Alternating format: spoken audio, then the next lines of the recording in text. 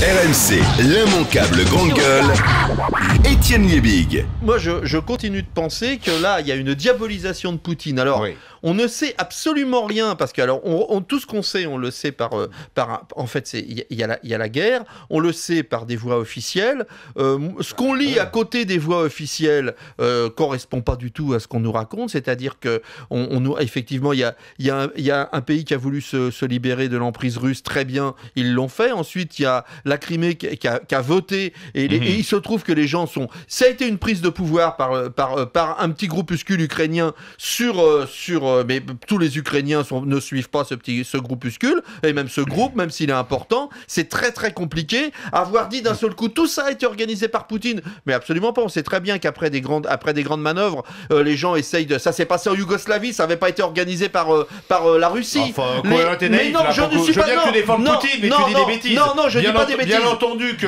les pro-russes ont été poussés et armés et c'est aussi par Poutine. Et c'est Poutine qui a voté. voté. Les armes, ils arrivent comme ça.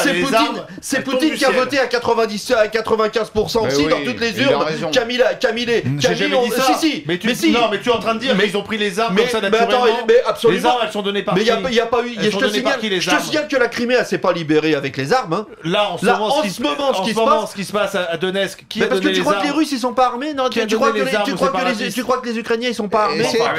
Mais tu crois qu'on vit dans quel pays là-bas? Tu crois qu'on est en France? Et ces soldats qui sont arrivés comme bizarrement, qui ressemblaient à des Russes, mais ils avaient enlevé toute la non, mais attends, doucement. Que la Russie ait trouvé que la prise de pouvoir,